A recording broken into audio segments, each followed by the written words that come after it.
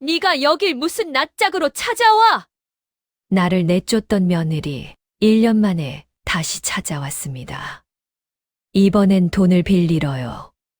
저는 박미자, 올해 67입니다.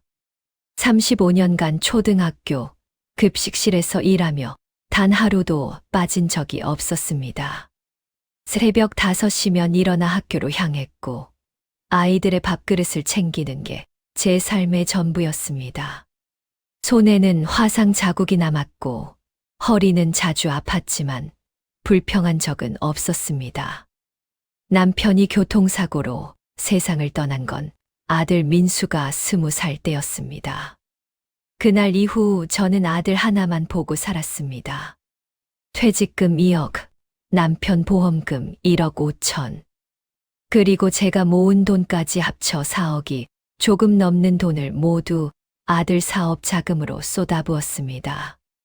그 돈으로 아들은 25평 아파트를 장만했고 저도 그 집에서 함께 살게 되었습니다. 등기부등본에는 제 이름이 단독으로 올라가 있었습니다. 아들을 믿었고 우리는 가족이었으니까요. 하지만 5년 전 며느리 지은이가 들어온 뒤 모든 게 달라지기 시작했습니다.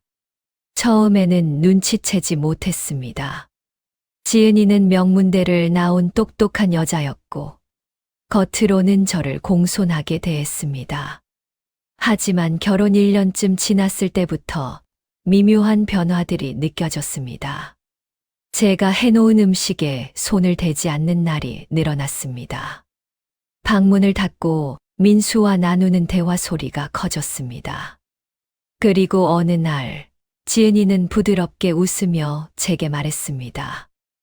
요즘은 부부 공동명의가 대세라고 세금 혜택도 있다고 했습니다. 민수는 아내 편을 들었고 저는 어쩔 수 없이 명의를 넘겼습니다. 가족인데 뭐가 문제겠냐고 스스로를 달랬습니다. 그때부터였습니다. 며느리의 태도가 본격적으로 바뀌기 시작한 건 음식이 맛없다고 하거나 제 오래된 옷에서 냄새가 난다는 말도 들었습니다. 친구들을 초대하는 날이면 저더러 외출해달라는 부탁도 받았습니다. 작은 핀잔들이 쌓여갔지만 저는 참았습니다. 며느리라는 게 원래 그런 거라고 제가 조금만 더 조심하면 된다고 생각했습니다. 그러다 마침내 작년 추석날 결정적인 순간이 찾아왔습니다. 온 가족이 모인 자리였습니다. 저는 새벽부터 일어나 음식을 준비했습니다. 갈비찜, 전, 나물, 송편까지. 정성껏 차린 식탁이었습니다. 하지만 며느리는 그 음식에 젓가락 하나 대지 않았습니다.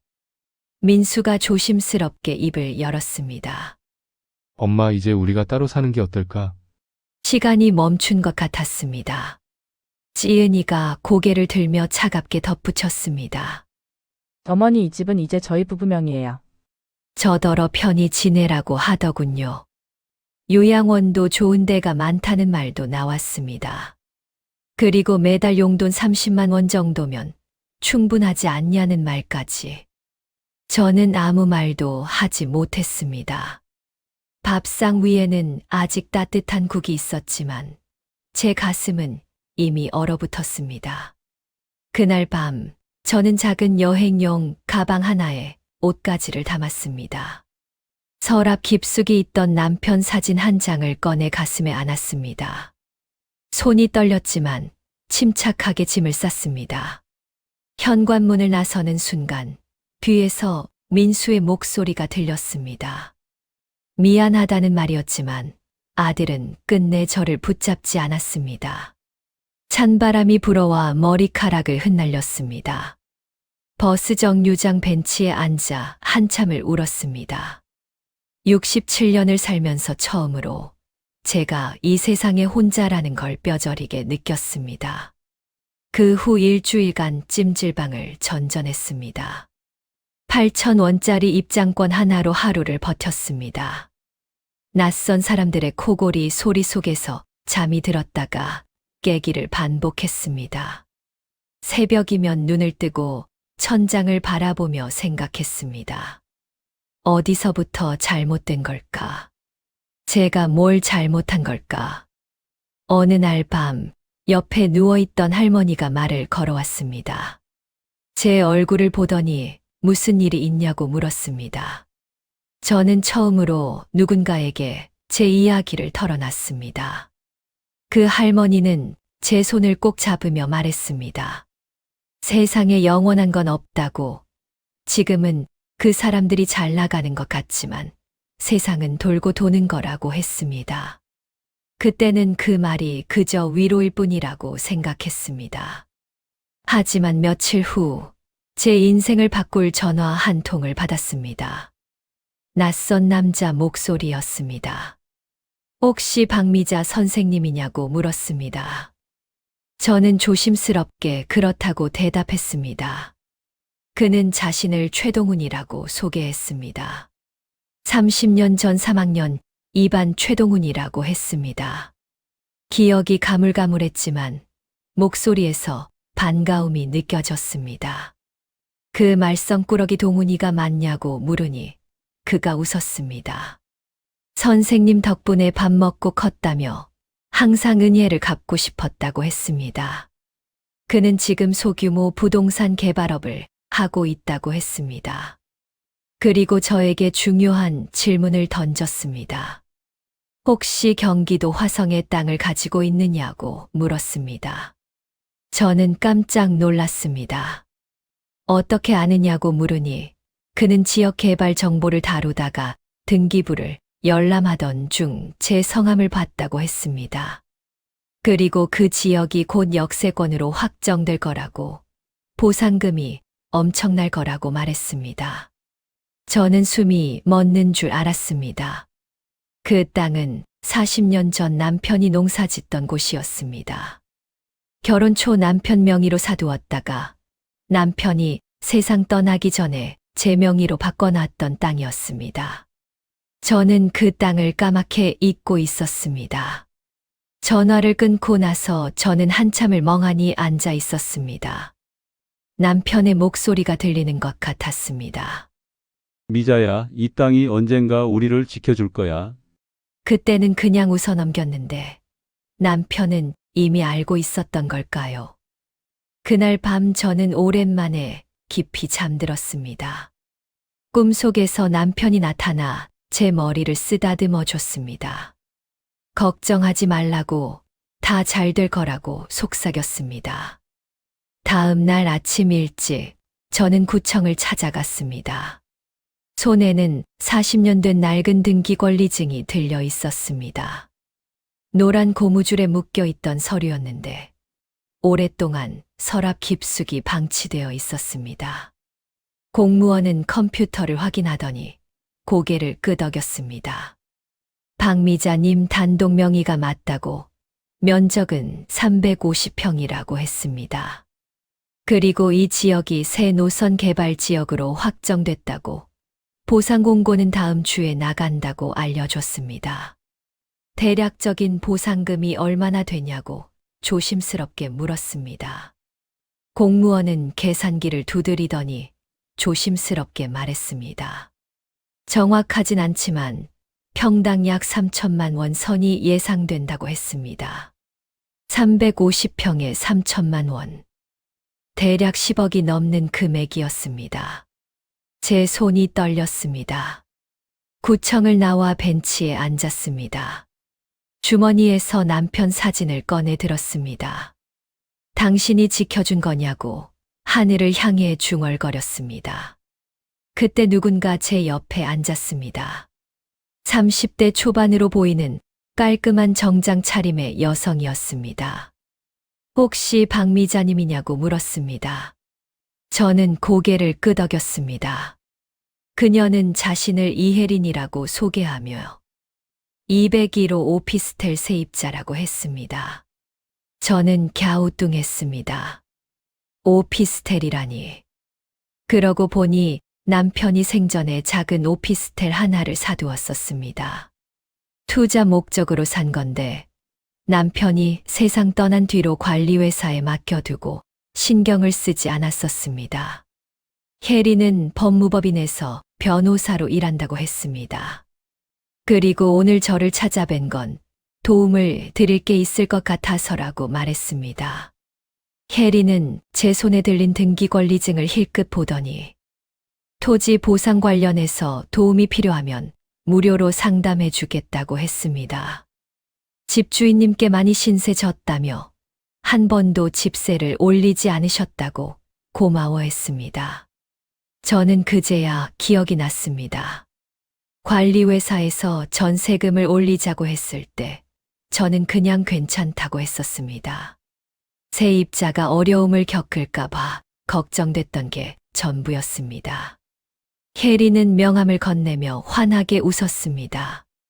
그날 저는 혜린의 도움으로 보상금 절차를 완벽하게 준비할 수 있었습니다. 세금 문제 명예 확인, 보상금 수령 계좌까지 모든 것을 꼼꼼하게 챙겨줬습니다. 혜리는 마치 제 딸처럼 세심하게 모든 걸 챙겨줬습니다. 이 돈으로 꼭 행복하시라고, 그동안 많이 힘드셨을 거라고 위로해줬습니다. 저는 그제야 눈물을 흘렸습니다. 제가 베푼 작은 친절이 이렇게 돌아올 줄은 몰랐거든요. 2주 후 보상금이 입금됐다는 문자를 받았습니다. 저는 은행 창구를 찾아가서 통장 정리를 부탁했습니다. 창구 직원이 통장을 넣더니 눈이 커지며 잔액이 11억 2천만 원이라고 했습니다. 숨이 막혔습니다. 제가 평생 벌어도 모을 수 없는 금액이었습니다. 35년간 급식실에서 일하며 모은 돈보다 훨씬 많은 액수였습니다. 은행을 나와 카페에 들어갔습니다. 생전 처음으로 6,000원짜리 카페라떼를 주문했습니다. 따뜻한 커피를 한 모금 마시는데 눈물이 났습니다. 이제 뭘 해야 할까? 어디서부터 시작해야 할까? 그때 전화벨이 울렸어요. 아들 민수였습니다. 어디에 있냐고 집에 안 들어오니까 걱정된다고 했습니다. 저는 차갑게 대답했습니다. 걱정은 필요 없다고, 저는 잘 살고 있다고 말했습니다. 민수가 미안하다며 그때 자신이 잘못했다고 다시 집으로 돌아오라고 말했습니다. 저는 단호하게 말했습니다. 이제 저도 제 집이 있다고, 걱정 말고 잘 살라고 했습니다. 전화를 끊고 나서 저는 혜린에게 전화를 걸었습니다. 괜찮은 아파트를 알아봐 달라고, 조용하고 햇볕 잘 드는 곳으로 찾아달라고 부탁했습니다. 다음 날 혜린은 저를 한 아파트 단지로 데려갔습니다. 30평대 아파트였는데 베란다에서 한강이 보였습니다. 전세로 5억이라고 했지만 저는 매매로 사겠다고 말했습니다. 혜린이 놀란 표정을 지었습니다. 매매는 7억 5천이라고 했습니다. 저는 괜찮다고 현금으로 사겠다고 말했습니다.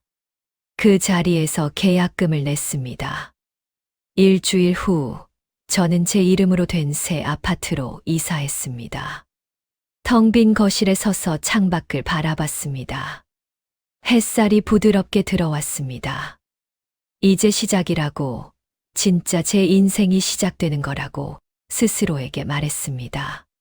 새 아파트에서 6개월이 지났습니다. 저는 조용히 지냈습니다. 아침마다 한강을 산책하고 오후에는 독서실에서 책을 읽었습니다. 가끔 혜린이 놀러와서 함께 저녁을 먹었습니다. 요즘 너무 행복해 보인다는 혜린의 말에 저도 그렇다고 대답했습니다.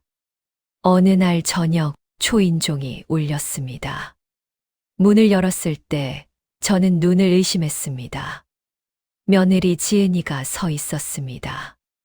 예전의 화려한 모습은 온데간데 없었습니다. 해진 코트에 손에는 구겨진 서류가 들려 있었습니다. 창백한 얼굴에는 피로가 역력했습니다. 저는 아무 말 없이 그녀를 거실로 안내했습니다. 지은이는 소파에 앉더니 한참을 말없이 있었습니다. 차를 내왔지만 그녀는 거절했습니다. 한참 만에 지은이가 입을 열었습니다. 손에 들고 온 서류는 대출 독촉장이었습니다. 민수의 회사가 부도 났다고 했습니다. 3개월 전의 일이라고 했습니다. 저는 놀라지 않았습니다. 사실 최동훈에게 이미 들었던 얘기였습니다. 최동훈은 가끔 안부 전화를 하며 이런저런 소식을 전해줬는데 그 중에 민수 회사 이야기도 있었습니다. 지은이는 떨리는 목소리로 말했습니다. 돈을 빌리고 싶다고 3억만, 아니 2억만이라도 빌려달라고 했습니다. 집이 경매로 넘어가려고 한다고 했습니다. 저는 천천히 차를 마셨습니다. 그 집이 제 이름이었던 집이냐고 물었습니다. 지은이는 고개를 숙였습니다. 그때 나한테 뭐라고 했냐고 물었습니다. 요양원 가라고 했고 한 달에 30만 원 주겠다고 했던 말을 상기시켰습니다. 지은이는 고개를 더 깊이 숙였습니다. 정말 죄송하다고 말했습니다. 저는 한숨을 쉬었습니다. 도와줄 수 없다고, 그때 그녀가 저에게 한 짓을 생각하면 도와줄 수 없다고 말했습니다. 그때 지은이가 애원하듯 말했습니다. 아이들이 있다고, 쌍둥이 딸들이 있다고 했습니다. 저는 깜짝 놀랐습니다. 쌍둥이라니 민수의 아이가 맞냐고 물었습니다. 지은이는 고개를 끄덕이며 지금 5살이라고 했습니다. 순간 마음이 흔들렸습니다. 손주들이 있었다는 걸 이제야 알았습니다. 하지만 저는 단호하게 말했습니다. 돌아가라고, 도와줄 수 없다고 했습니다. 지은이는 눈물을 흘리며 일어났습니다. 정말 죄송하다는 말을 남기고 문을 나섰죠. 문이 닫히고 저는 한참을 서 있었어요. 가슴 한쪽이 아려왔지만 저는 참았습니다. 아직은 아니라고, 아직은 때가 아니라고 스스로에게 말했습니다. 며느리가 다녀간 후 저는 최동훈에게 전화했습니다. 민수 회사 상황을 물으니 완전히 무너졌다고 하더군요. 빚만 8억이 넘는다고 했습니다. 집은 다음 달에 경매로 넘어간다고, 낙찰가는 아마 2억 정도 될 거라고 했습니다. 저는 잠시 생각하다가 말했습니다. 그 집을 사고 싶다고 동훈에게 대리로 입찰을 부탁했습니다. 제 이름은 절대 밝히지 말라고 당부했습니다. 2주 후 경매가 진행됐습니다. 동훈은 2억 1천에 낙찰받았습니다. 며느리와 민수는 집에서 쫓겨났습니다. 그 소식을 들었을 때 저는 아무 감정도 느끼지 못했습니다. 오히려 허무했습니다. 이게 복수인가 하는 생각이 들었습니다. 며칠 후 혜린이 찾아왔습니다. 요즘 표정이 안 좋다며 무슨 일이 있냐고 물었습니다. 저는 그동안의 일을 털어놨습니다. 혜린은 조용히 듣더니 물었어요. 복수는 하셨는데 왜 행복하지 않으냐고. 저는 모르겠다고 대답했습니다. 정말 몰랐습니다. 혜린이 말했습니다. 그건 제 마음이 아직 정리가 안 됐기 때문이라고. 미움과 원망을 정리해야 진짜 자유로워진다고 했습니다. 그날 밤 저는 한참을 생각했습니다. 제가 원했던 게 정말 복수였을까? 아니면 그저 인정받고 싶었던 걸까? 사랑받고 싶었던 걸까? 며칠을 고민한 끝에 저는 결심했습니다. 이대로는 안 되겠다고, 뭔가 바꿔야 한다고 생각했습니다. 한 달 후 저는 최동훈을 통해 며느리에게 연락했습니다. 화성에 작은 빌라가 하나 있으니 거기 들어가서 살라고 전했습니다. 월세는 없고 관리비만 내면 된다고 했습니다. 대신 조건이 하나 있다고 했습니다. 아이들 잘 키우고 다시 일어서라고 했습니다. 며느리는 처음엔 믿지 못했다고 합니다. 하지만 곧 눈물을 터뜨렸다고 동훈이 전해줬습니다. 며느리 가족은 빌라로 이사했습니다. 저는 가끔 반찬을 만들어 문 앞에 두었습니다. 직접 마주치진 않았지만 그릇은 매번 깨끗이 씻겨 돌아왔습니다. 그리고 짧은 쪽지가 놓여 있었습니다. 어머니, 감사합니다. 잘 먹었습니다. 처음엔 짧은 한 줄이었던 쪽지가 시간이 지나며 조금씩 길어졌습니다. 어머니, 오늘 반찬 정말 맛있었습니다. 아이들이 너무 좋아했어요. 어머니, 요즘 작은 일자리를 구했습니다. 열심히 살겠습니다. 어머니, 아이들이 할머니 보고 싶대요.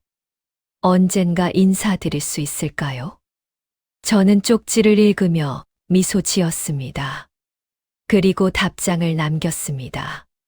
천천히 서두르지 말고 천천히 일어서렴. 6개월이 지났습니다. 어느 날 며느리에게서 전화가 왔습니다. 작은 카페를 차렸다며 시간 되면 한번 놀러 오라고 했습니다. 목소리에는 예전의 오만함이 사라지고 대신 조심스러움과 진심이 느껴졌습니다. 저는 다음 주에 그 카페를 찾아갔습니다. 작지만 아늑한 공간이었어요. 며느리는 앞치마를 두르고 커피를 내왔습니다. 손은 거칠어졌지만 표정은 한결 평온해 보였습니다. 그녀가 직접 만들었다는 케이크를 한 입 베어 물었습니다. 정말 맛있었어요. 정성이 느껴지는 맛이었습니다. 그때 두 꼬마가 뛰어들어왔습니다. 엄마를 부르는 목소리가 경쾌했습니다. 쌍둥이 손녀들이었습니다. 아이들은 저를 보고 고개를 갸우뚱했습니다. 지은이가 아이들에게 인사하라고 했습니다. 할머니라고 소개했죠. 처음으로 손주를 안는 순간이었습니다. 작고 따뜻한 몸이 제 품에 안겼습니다. 눈물이 났습니다. 며느리도 눈물을 닦았습니다. 정말 죄송했다고, 그리고 고맙다고 말했습니다. 저는 이제 그만하라고, 다 지나간 일이라고 말했어요. 그날 저는 오랜만에 마음이 편안했습니다. 복수를 완성했지만 진짜 자유는 용서에서 왔습니다. 미움을 내려놓으니 비로소 마음이 가벼워졌습니다. 1년이 또 흘렀습니다. 며느리의 카페는 소문이 나서 장사가 잘 됐습니다. 손님들은 따뜻한 분위기와 정성스러운 음식에 만족했고 단골이 하나둘 늘어났습니다. 민수도 작은 회사에 취직해서 성실히 일하고 있습니다.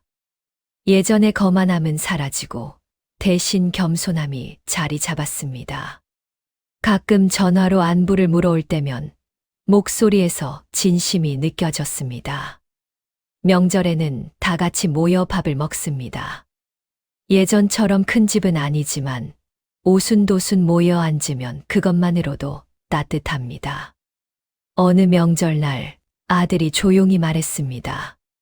그때 정말 미안했다고, 평생 후회하며 살 거라고 했습니다.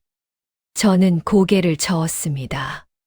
그 일이 있었기에 우리 모두 철이 든 거라고, 이제는 괜찮다고 말했습니다.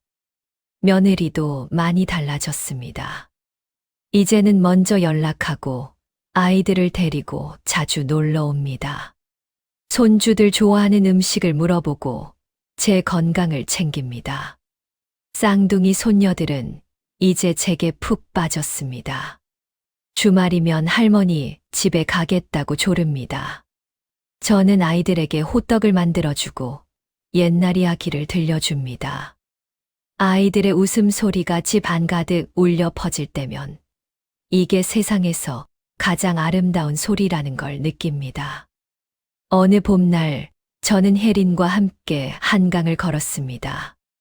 혜리는 제가 정말 멋지다고, 그 상황에서 용서까지 하다니 대단하다고 말했습니다. 저는 고개를 저었습니다. 용서가 아니라 그냥 놓아준 거라고 말했습니다. 미움을 붙잡고 있으면 제 마음만 무거워진다는 걸 깨달았기 때문이죠. 그래서 내려놓은 것뿐이라고 했습니다. 혜리는 환하게 웃었습니다. 저 덕분에 많이 배웠다고, 진짜 강한 사람은 용서할 수 있는 사람이라고 말했습니다. 저는 이제 혜린을 딸처럼 생각합니다. 가끔 함께 여행도 가고 맛있는 것도 먹으러 다닙니다. 혜린이 좋은 사람을 만나 결혼 준비를 한다는 소식을 들었을 때 제 일처럼 기뻤습니다. 최동훈도 여전히 연락합니다. 가끔 괜찮은 투자처를 제안하지만 저는 이제 됐다고 말합니다. 그냥 편하게 살고 싶다고 했습니다.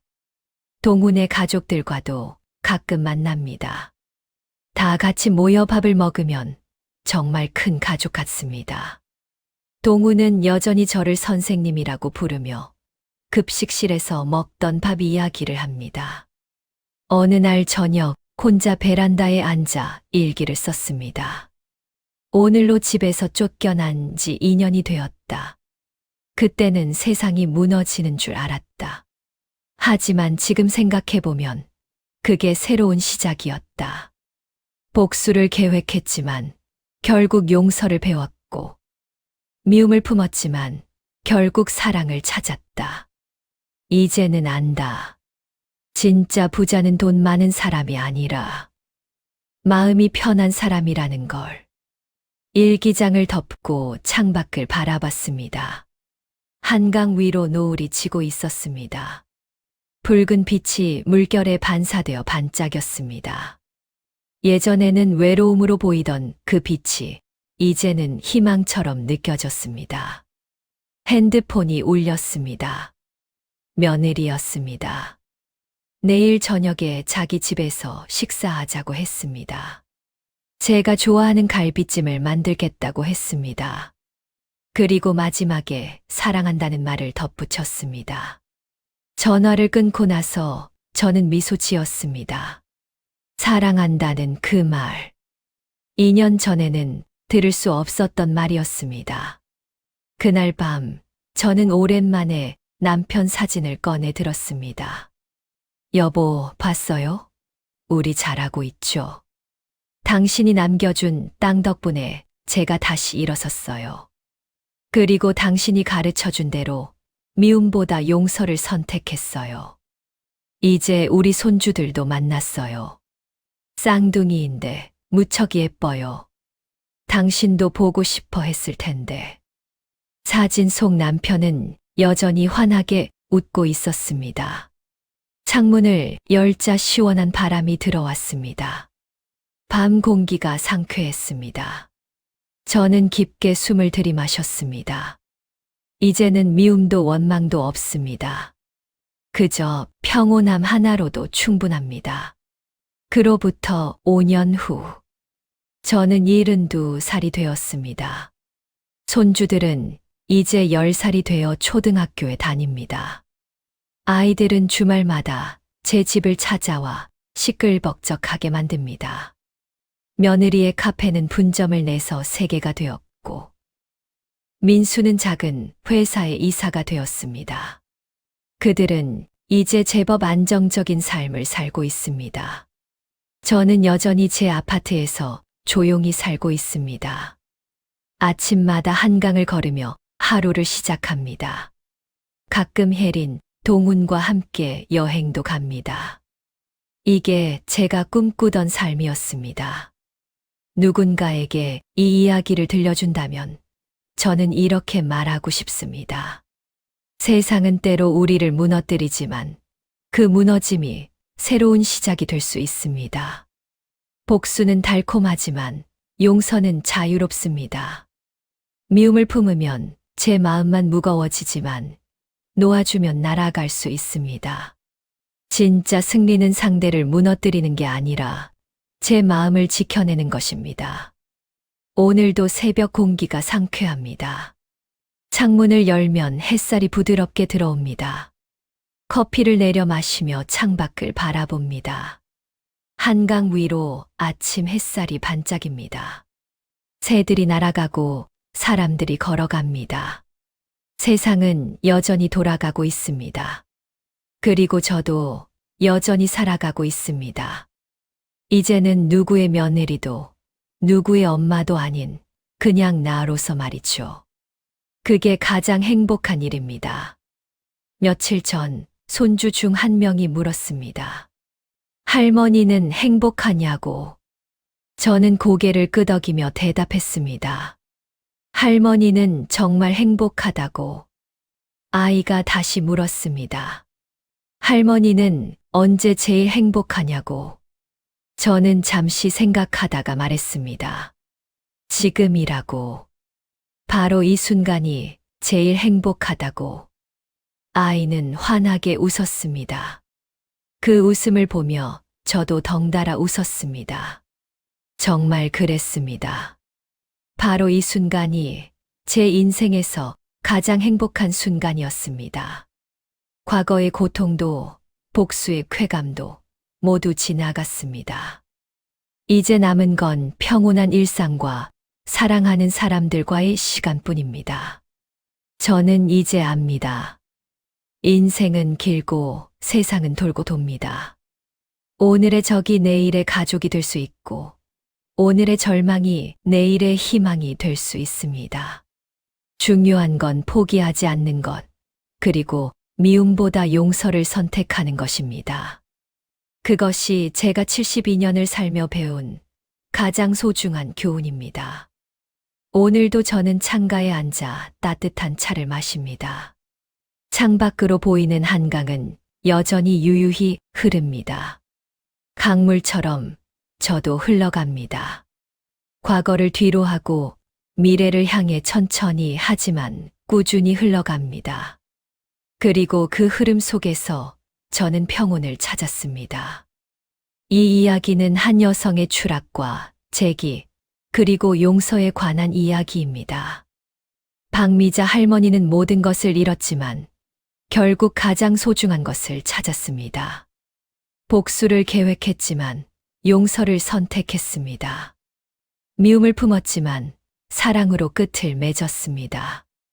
인생에서 가장 어두운 순간이 때로는 가장 큰 전환점이 됩니다. 우리 모두에게는 다시 시작할 힘이 있습니다. 나이가 많아도 상처가 깊어도 다시 일어설 수 있습니다. 그리고 무엇보다 진짜 행복은 남을 무너뜨리는 게 아니라 제 마음의 평화에서 온다는 것을 이 이야기를 통해 여러분들께 전합니다. 항상 건강하시고 행복한 날 되시길 바라며 소중한 시간 내어주셔서 감사드립니다.